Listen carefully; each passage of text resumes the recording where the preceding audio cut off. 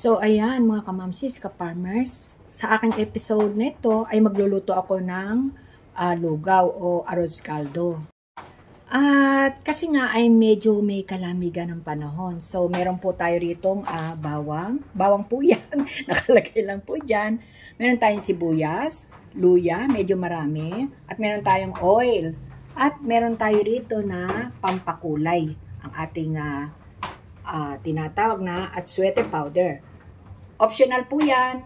At meron din po tayo rito na gizzard, chicken na gizzard, and then ating balon-balunan. At meron din tayo rito na manok. Meron tayong pakpak, pitso, at hita. So, yan. At, syempre, meron tayo rito ilalagay na patis o fish sauce.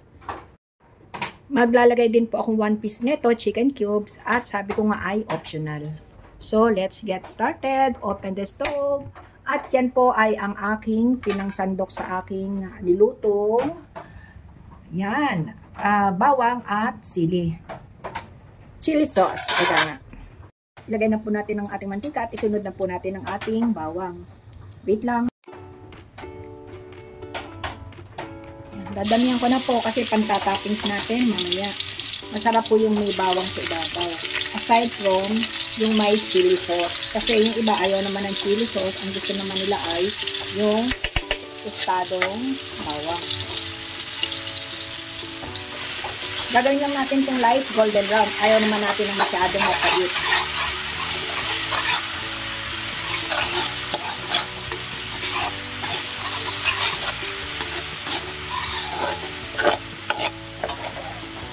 So yan, nahango ko na po ang bawang. Ilalagay naman po natin ang ating sibuyas. Ayan, at ating hahaluin.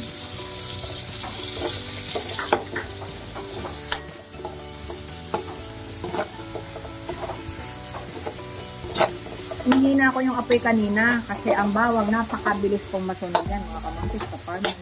Hinihina ko po at ang gusto lang naman natin ay light golden brown. Medyo na dark pa nga dahil yung hindi maganda ang pagkakagiling doon sa binila ko. May mga bigger parts at meron namang pino.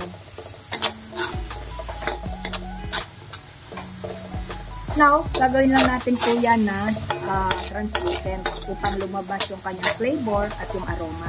And ilalagay na natin ang ating fish sauce. So, lalagyan natin ng konting pampakulay para mas masarap tingnan at nakakadagdag ng attraction. Now, ilalagay naman natin ang ating patis o fish sauce. Yan. May mantika lang kasi doon sa lagay ng mantika ako nilagay. Okay. Bango. Ginisang bawang at sibuyas pa lang yan. At ilalagay natin ang ating luya. Baka makalimutan natin mga kamangkis sa farmers. May luya pa tayo pala na ilalagay dyan. Ang luya ay aking kinagkad o kinayod sa may ginrater. Eka nga. Ang luya ay aking kinudkod sa grater para mas malasa. Pero yung iba naman, dahil natatagalan ako, ni-slice ko na lang po ng maliliit na ganyan. Thinly, very manipis. Eka nga. At ilalagay na natin ang ating manok. Yan. At ating hahaluin mabuti, mix well nga para well combine ng ating mga ingredients. Pati ang ating balunan ay atin na rin ilalagay. At haluin mabuti.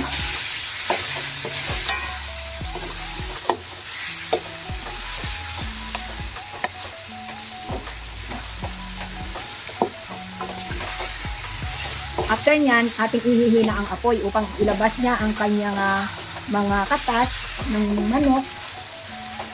Ihihina lang natin sa medium heat. Okay. At atin ang tatakpan.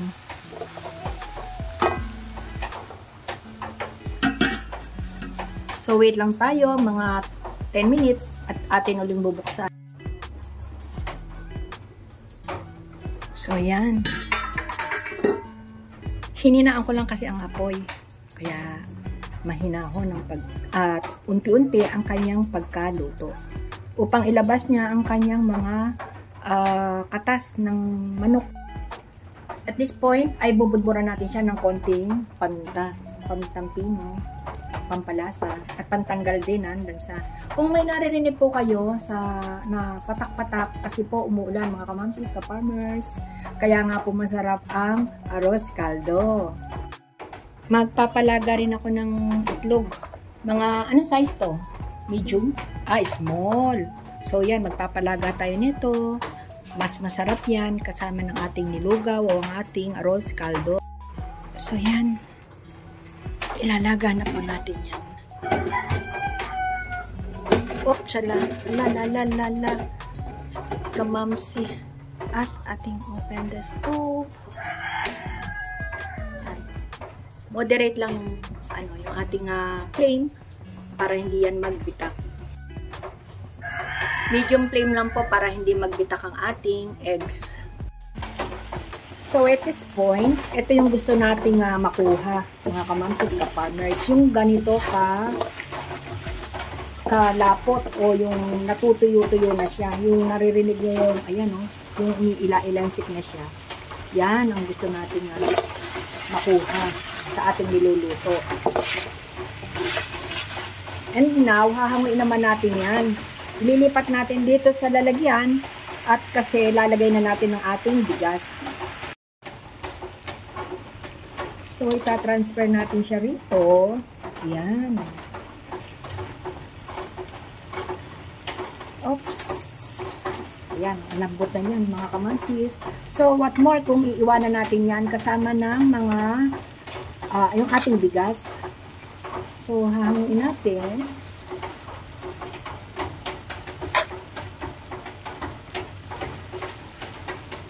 Oops.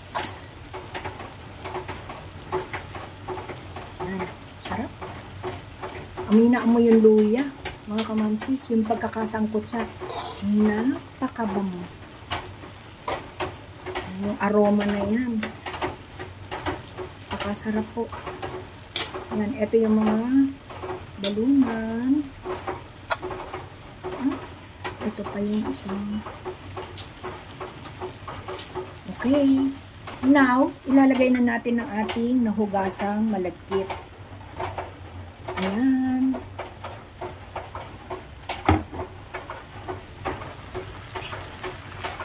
Oops. At ating hahaluin. Yung pinaka nag-caramelize na yan, yan ang magpapasarap sa ating lugaw. Yan. Sa ating arroz caldo.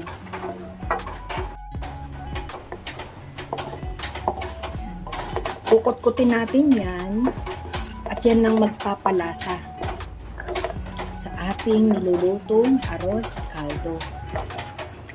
Continuous lang po ang halo mga kamamsis, ka-farmers kasi para hindi ho yan manikit.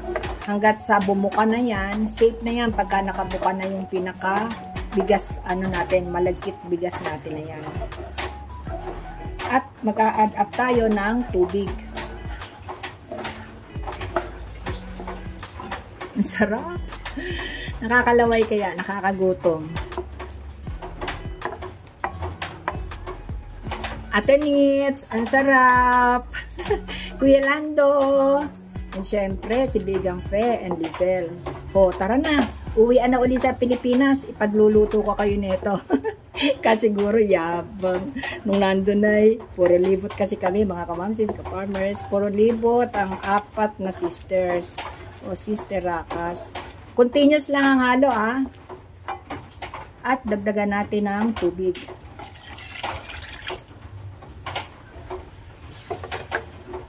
Haluin pa rin dire-diretso. Dagdagan mo pa Mariel. Kulang pa ito. Pero mamaya mo ilalagay kapag ka medyo malapot-lapot na uli. Unti-unti ang dagdag ng tubig. Ayan.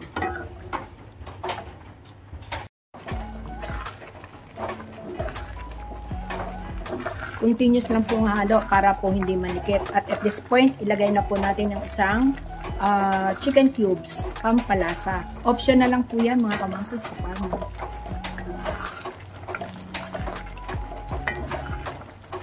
Ayan, pwede na tayo mag-add up ng sabaw.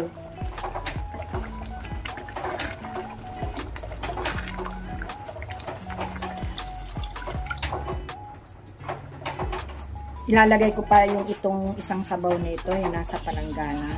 Palangganita.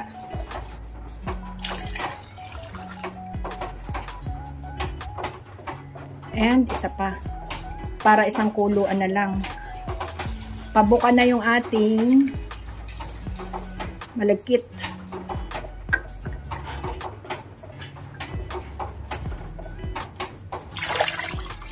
Maybe approximate ko yan ng 1/2 kilo yung aking malagkit na inilagay dito. Kasi 1/4 yung pinabukod ko and nagsalok uli ako. So 1/2 kilo. Para dito sa aking lutuan na ito. Yan. Antayin natin kumulo at continuous pa rin ang halo. So nag-add ako ng konting pamintang pino. Hindi ko pala naipakita kanina. Nalimutan ko kaagad i-video. And then, ito yung ating 1 tablespoon of salt. Dagdag lasa po yan.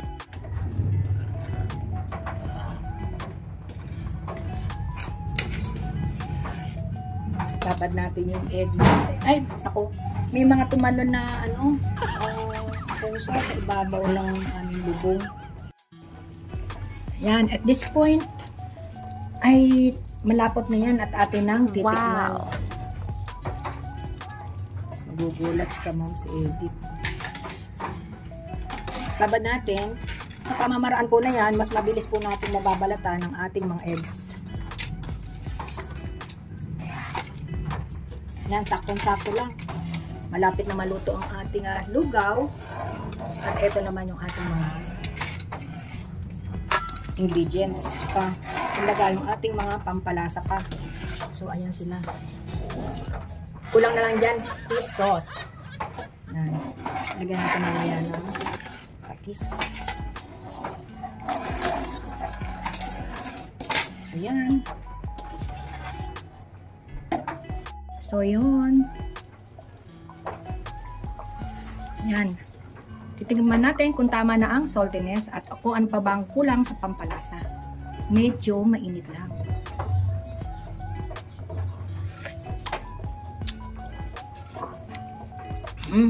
Sarap. Tama-tama lang. At sila na magdadagdag dyan ng pesos. Kasi mahirap namang maalat, di ba po? Naka-prepare na rin yung lalagyanan ko dito sa nag-deliver sa amin ng balot. So ilalagyan natin yan ng kalamansi, itong ating sweet chili sauce, at ating mga young onions, at ang binusan natin na garlic. At syempre ang laman. Ang eggs. Sila na po ang bahalang magbalat ng mga eggs na yan. Kasi nakaugalian po namin kanya-kanyang balat. Kayo po ba, mga kamamsis? Kami ho, ganun eh. Kanya-kanyang balat na.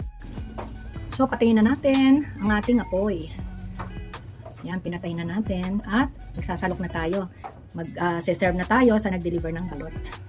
So, yun. Tingnan nyo po, napakasarap mga kamamsis. So, yan. Yan. The goodness ng aking niluto. Napakasarap po. Sa totoo lang naman talaga kasi masarap. Sabi nung napakasarap. Totoo naman. Totoo naman po kasi. So, lalagyan po natin ng laman. Napakasarap po yan. At, meron po dito na chicharon baboy. Kaya lang, hindi ko na po, kuhanin mo yung chicharon baboy ning para mas, meron po kami special chicharon baboy. At, lalagyan natin ng eto. Lalagyan natin dito. At lalagyan natin ng ito. Konti lang kasi yung iba, hindi masyado mahilig sa mga ganito. And lalagyan natin ng special chicharon na bigay ni Toto. Malinis po yung kamay ko. At ilalagay ko na lamang dito. Ayan. Ayan. Sarap na po. So, ayan pa. Okay. At atin ang i-deliver. Meron na pong itlog doon sa loob. Bahala na po sila doon. Okay. So, ayun. Inihabol ko pa yung sweet chili sauce. Kasi mas masarap yan. Hindi ko inilagay kasi baka ayaw nila. O, yan. Ang nag-deliver sa akin ng balot. O, yan. At lagay mo ng hot sweet chili sauce. Kung gusto mo. Ba? Mahilig sa maanghang. So, yan si Ray. O, lalagyan niya ng... mahilig ka ba dyan? Baka mahal lang yan, ha? O, yan. Ayos. Ayan, ayos. Ayos daw kagad.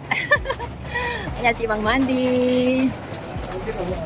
Yan, marami po kaming balot, mga kamamsis, ka-farmers. So, may delivery nga po. Tapos na sila at papauwi na. So, yun. Oh, look at that. Napakaraming balot. And now, tapos na tayo dun sa mga bisita ko. Bisita tawag ko talaga yan. At, gagaya ko naman yung para sa mga anak ko. At nang makakain na rin si Kamam si Edith. Ay, nako. So, yun. Nakapag-pack po ako ng isang naka 8x11 doon sa aking suki, si Mang Mandy. Nabigyan pa po natin. Now, proceed tayo sa aking mga anakis. Kay Rowena at kay Melanie. Ayan.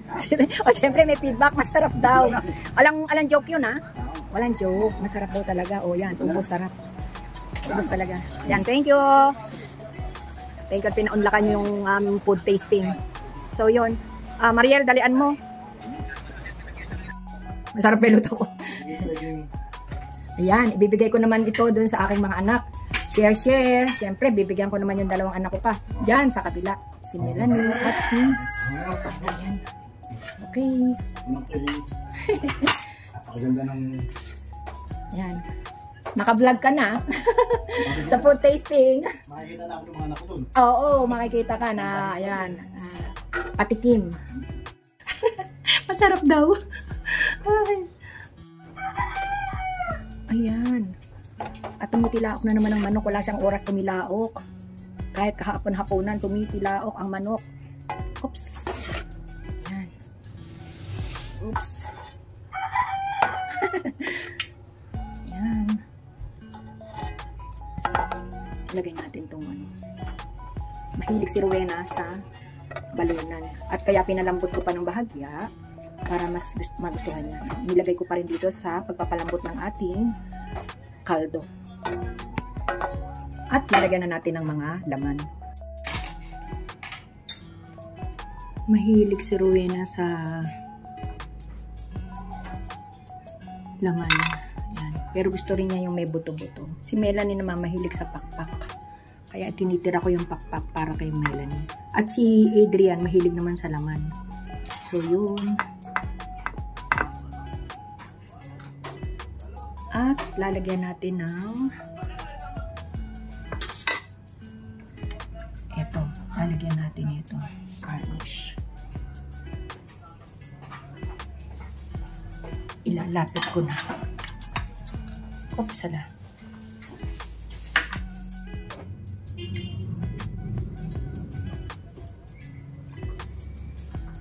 Si Rowena mahilig dito. Tapos lalagyan natin ng bawang. Tapos ipapadala ko na lang ng ito, dadagdagan ko na lang kasi napakahilig niya sa mahalang o manghang. Papadala ko na rin lahat ito. Oh no, dadagdag na lang ako dito. Ayan, para kay Rowena. Ayan. And lalagyan natin ng kalamansi. Kalamansi pa more. Ayan. Tapos yung eggs, ito natin ilalagay. Eggs. Kanya-kanyang balat po kami mga kamamsis, ka-farmers. Hindi po kami sanay ng medyo yun po ang nakasanayan eh. Ha? Ayan. Tapos ayan. Tapos ito naman yung para kay Melanie. Ayan. Ay. Nagkukumahog si Kamam si Edith kasi kailangan hinahabol ko yung init ng aking niluto. Kasi baka lumambig, hindi naman masarap. Ayan. Medyo maaso-aso pa naman. Kasi diba, pagka lugaw, hindi masarap. Kasabihan na yun, lugaw na nga, malamig pa. Yung maaso-aso pa naman siya, kamamsis, ka-farmers. O sige, maglalagay na muna ako. So, ito ang dadaling kila Ate Rowena. So, yun. O, gogora na. Ito na, may kasama na itong mga pampalasa at mga kung ano-ano. Okay. So, ayun, mga kamamsis, ka-farmers, may natira pa. Yan ang para sa amin ni Mariel. At ito yung para kay na Melanie. Wala na pong chicharon, naubos na rin po, pinapak na. At ito naman yung para kay Mariel. Ayan. So, yan. Isa na naman po tayo ang na-share ng inyong Kamamsi Edit. At sana naman po ay nagustuhan nyo. Sa mga bago po na nakapanood ng aking video, paki-subscribe naman po. Please hit like and share and comment down below. At please click the notification bell para naman updated kayo sa mga upcoming videos ko. At ang palaging sinasabi ni Kamamsi Edit ay, be courageous, be happy, and be natural. God bless everyone! A few moments later. Oh my God! Wow! So yun, kami nagluto ni Mariel niyan. Ay nako, kami yung huling kakain. Ganun naman talaga, di ba po, yung mga nagluluto ang huling kumakain. So yun, mga kamamsis, ka-farmers, o sige na. At nakikita nyo po kung anong meron sa amin. Yan, mga balot. Nandito kami sa pwesto ng balot. So yun, bye! Bye! Sarap umigop ng mainit na sabaw. Sarap. Kapag kaganyang malamig.